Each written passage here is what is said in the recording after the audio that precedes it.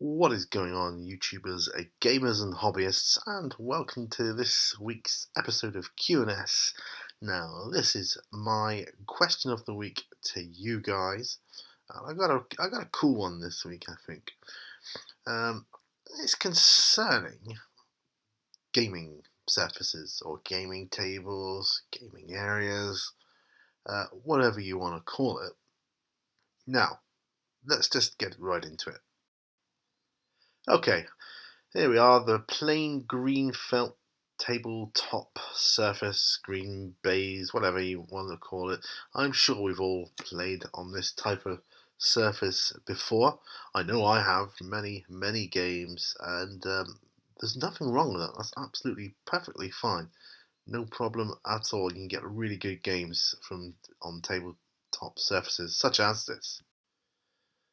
And here is a rather nice example of the traditional realm of Battleborn by Games Workshop. I myself have one of these, and I thoroughly enjoyed painting that one up, and it was a really good project. One of the most enjoyable projects I've had on a big scale. And I'm sure we've all, a lot of us have played on these table surfaces, particularly if you go to your local games workshop. There's the Sector Imperialis board, Realm of Battleboard, but to my mind that's just a bit too flat. You may as well be playing on a gaming mat. I just don't see the point of it else. I mean, it looks good, but other than that, like I say, you may as well be playing on a mat. Get the same amount of detail in. In fact, it'd be easier to roll the dice. Right, anyway. So, my question to you guys this week is, what is your preferred type of playing surface? Your preferred gaming sort of table, if you will?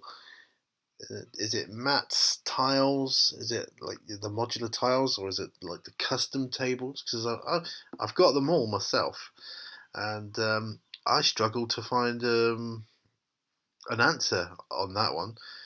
I mean, mats are great. When they first came in, they kind of revolutionised things a bit, I think. Particularly these rubber-backed ones here, which are like the kind of mouse mat things. People love them because they just flop down, no creases. You could spill your drinks on them. You know the score. You've all seen reviews by people before on these. But what I want to know is, what is your preferred type of playing surface? I'm going to take a look at a couple just to mull it over a bit. So let's start with the actual basics of the table itself, the frame. And I see loads and loads of people building their own tables from scratch, and I think that's amazing. This is definitely the type of table I would be looking at in the future. One such as this, but with obviously maybe a thick MDF top, then you can put tiles on or mats on or whatever you want. Ideally, I mean the ideal playing size is 6x4. I'd probably go for 8x4, probably just to get the ultimate gaming experience, particularly with certain games require bigger tabletops, and you need a little bit of space either side, I think, of the mat or whatever you're playing on. Look at this. Some people build tables like this where they can game on the top. This is more for things like RPGs and things of that nature. But there's a lot of people doing it, building their own tables, giving real inspiration to people such as myself. Obviously, this is not going to happen immediately for me, but I just thought it was worth mentioning about building your own table from the ground up. You want one that's going to be able to incorporate everything. See, we're going to look at custom tabletops in a moment. People build custom tables which are specific to a specific scenario or whatever. But if you can build your table and you have like a nice big flat surface, you can put anything on it. Okay, let's have a look. So here we are, classic example of a custom board. And I've come to realise, as I'm making this video, there's one from a show, look, I've come to realise that I think I prefer gaming on a custom board where it's you got the hills on, it's more 3D and that type of thing. And there's so many different games out there that you can do your customization on. I mean, that's just like a green felt one, but look at that. Look at the water effects on that. And a lot of people wonder how you get those water effects on a table of that size.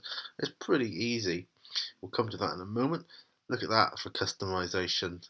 Real 3D if as you go from the water to the land. There you go. Now this is what I'm talking about. A lot of people say, how do you get those water effects? That's simply like not stained glass. It's glass over a mat, glass with a. Now some people lay the glass on, and you can put some of that like water effects and stipple a little bit here and there over it.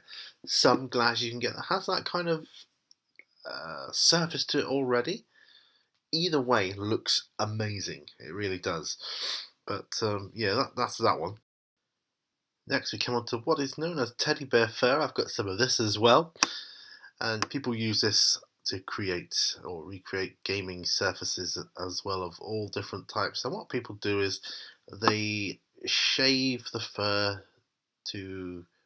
literally with a clippers to get roads and pathways into it, and that's what produces. That's quite a nice effect actually if you see it like at a show or whatever. Here's a perfect example of that, and it really does look good. It can emulate cornfields and grass and all that kind of thing. It really depends what game you're playing. You see a lot of these in like Second World War games, bolt action, that kind of thing.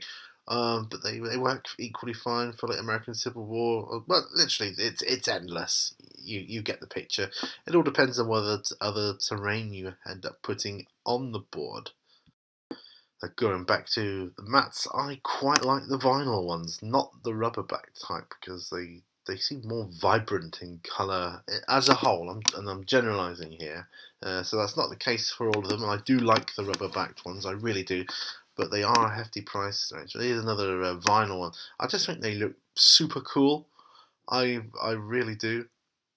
You can get all types, all manner of designs and things for your vinyl. So let me know, guys. What's your preferred gaming surface? Is it mats? If so, what type? Is it the rubberback kind? Is it the vinyl kind? Is it the fur kind? Do you prefer the modular tiles where you can kind of move them around and maybe change it up a little? Or do you prefer like the custom tabletop, which is actually made and geared around a specific game or scenario? Yeah, let me know. And so that's my question of the week to you for this week, guys. Thank you so much for watching. Remember, all brushes lead to ore, and I will see you on the next video. Bye for now, folks. Bye bye.